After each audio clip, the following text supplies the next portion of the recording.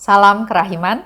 Hari ini 12 Maret kita akan baca dari 1159, 1172, 1175.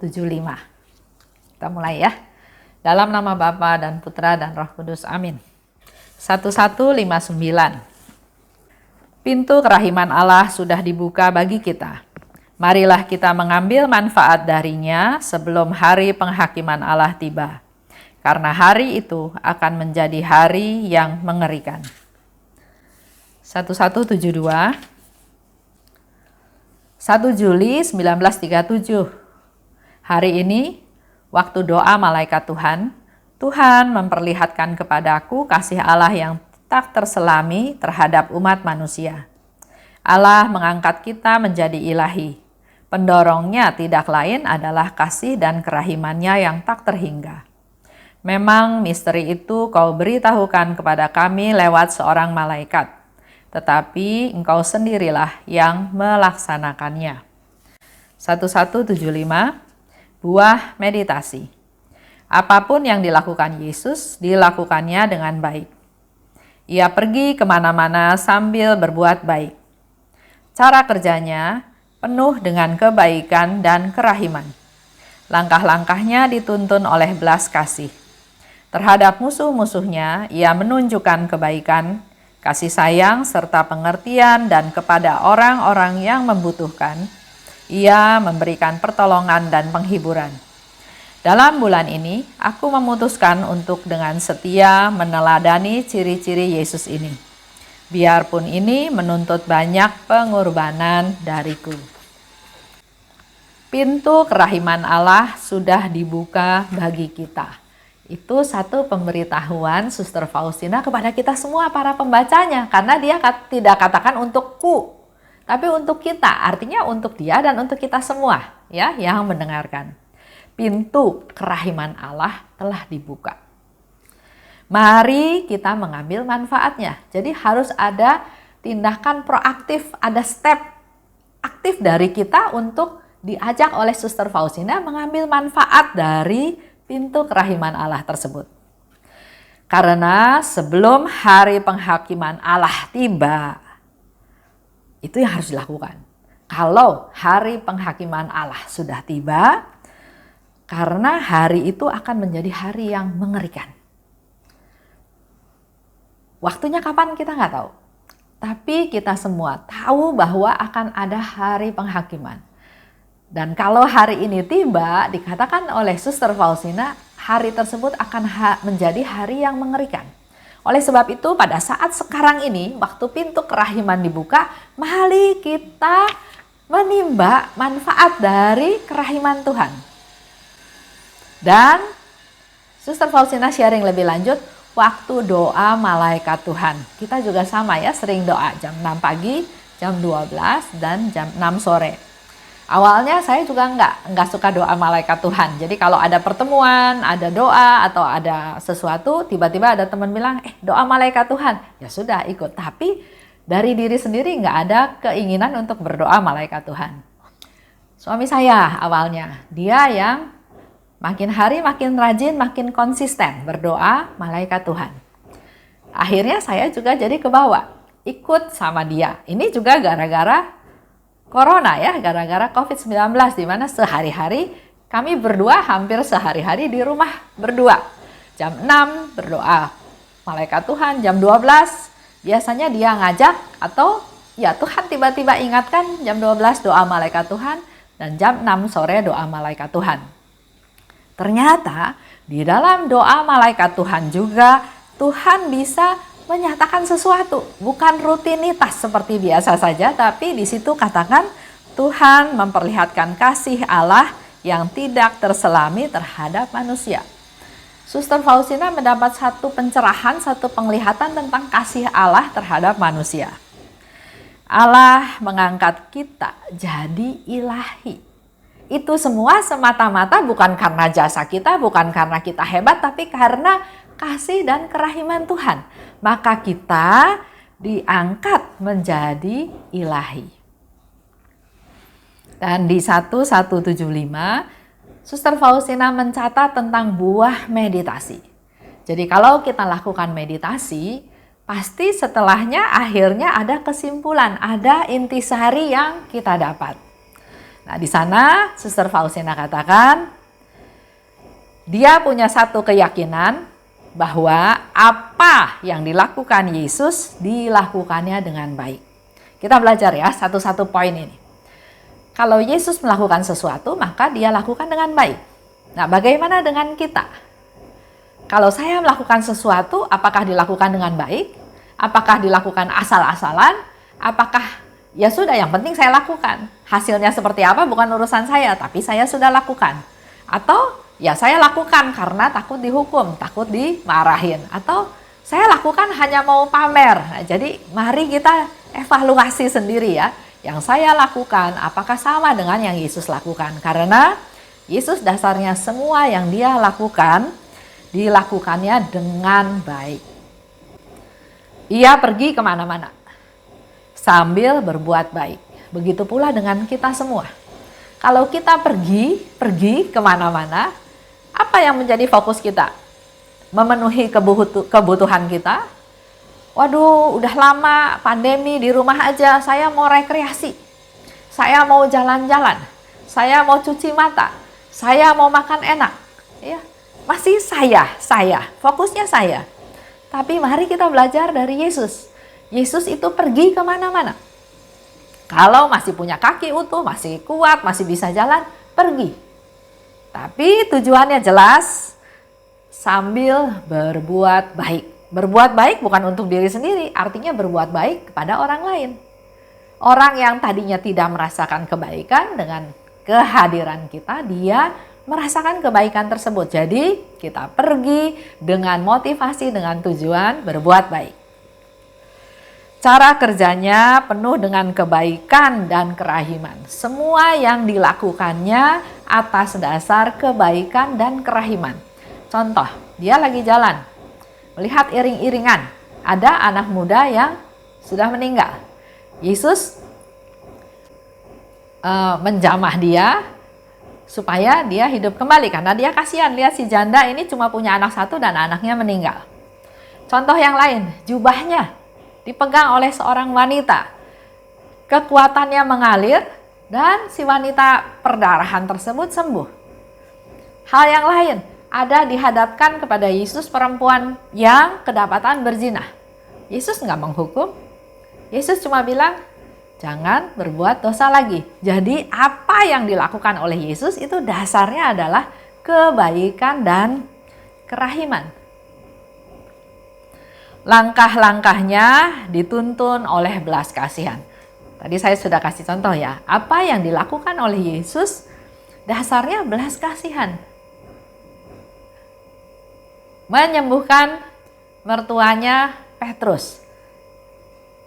Membangkitkan Lazarus, itu semua dasarnya belas kasihan. Terhadap musuhnya, dia menunjukkan kebaikan, kasih sayang, dan pengertian. Ada orang yang memusuhi dia ya, banyak bahkan, karena nggak sejalan dengan pemikiran si musuhnya tersebut. Tapi yang Yesus lakukan bukan balas. Ada orang serdadu yang kupingnya dipotong, ditebas oleh Petrus. Yesus menempelkan kembali, menyembuhkan. Bahkan dia menegur Petrus. Pada orang yang membutuhkan, ia memberi pertolongan dan penghiburan. Tadi sudah saya kasih contoh ya. Lazarus meninggal. Maria Marta sedih. Dia memberikan penghiburan, dia memberi pertolongan, dia menghidupkan Lazarus kembali. Orang yang kerasukan setan. Orang yang ikut Yesus sampai malam nggak ada makanan. Dia membuat mukjizat dengan memberi mereka makanan. Jadi semua yang butuh, Yesus memenuhi kebutuhannya. Memberi pertolongan dan penghiburan. Selanjutnya, saya mau tambahin dari diary nomor 1075.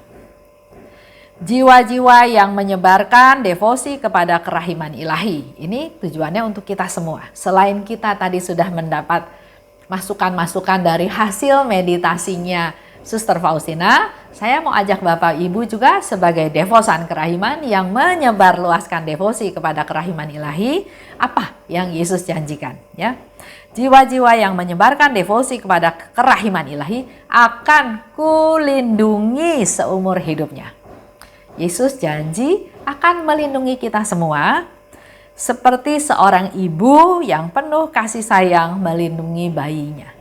Kita dianggap bayi-bayi yang begitu dikasihi oleh seorang ibu.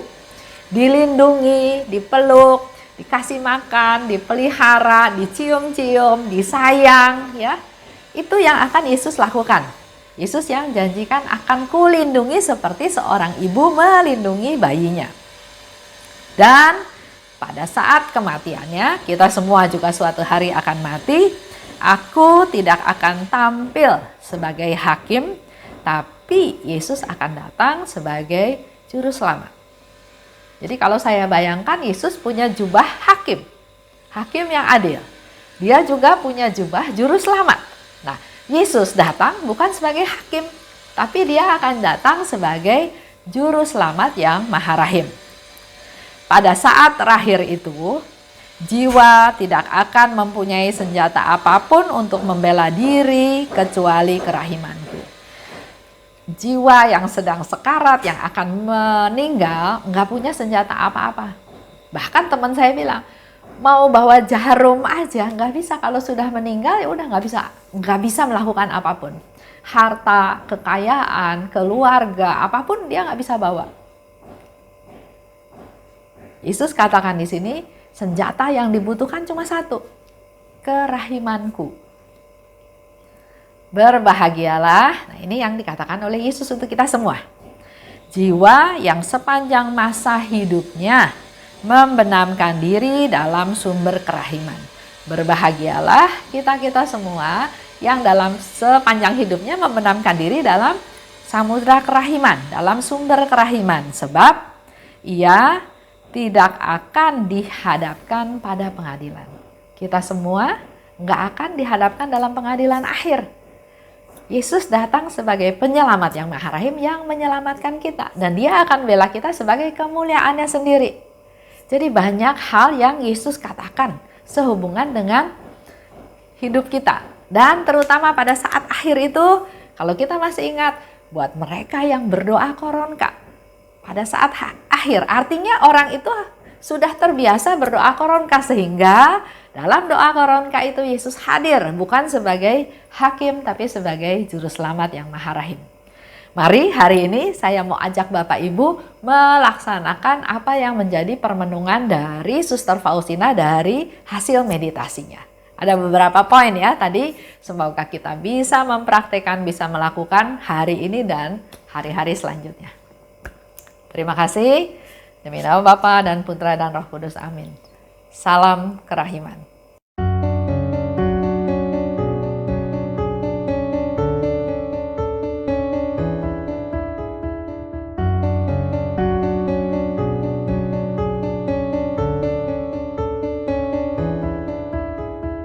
Mengapa engkau membiarkan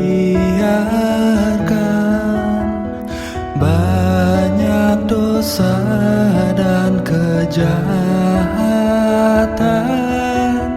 Mengapa engkau tidak menghukumnya?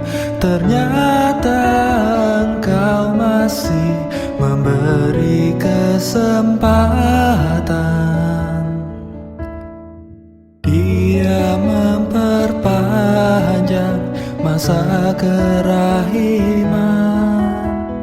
Celakalah mereka yang tak menyadari. Tulis dan wartakan kerahimannya. Mohon rahmat bagi mereka yang berdosa. Ya Yesus, terima kasih atas semua kesempatan yang Engkau beri. Ya Yesus, ampunilah atas semua dosa yang terjadi.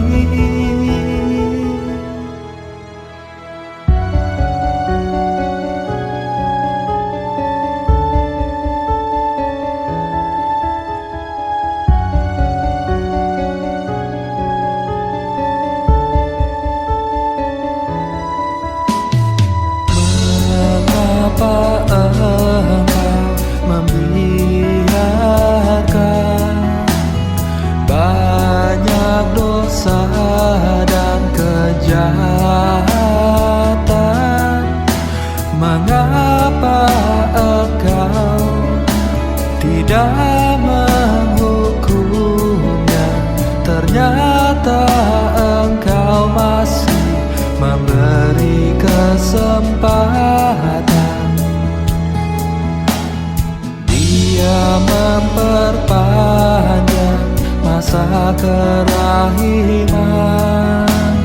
Celakalah mereka yang tak menyadari. Tulis dan wartakan kerahimannya. Mohon rahmat bagi mereka yang berdosa. Ya Yesus, terima kasih atas semua kesempatan yang Engkau beri. Ya Yesus, ampunilah atas semua dosa yang terjadi. Ya Yesus, terima kasih atas semua kesempatan yang Engkau beri. Ya Yesus, ampunilah atas semua dosa yang terjadi.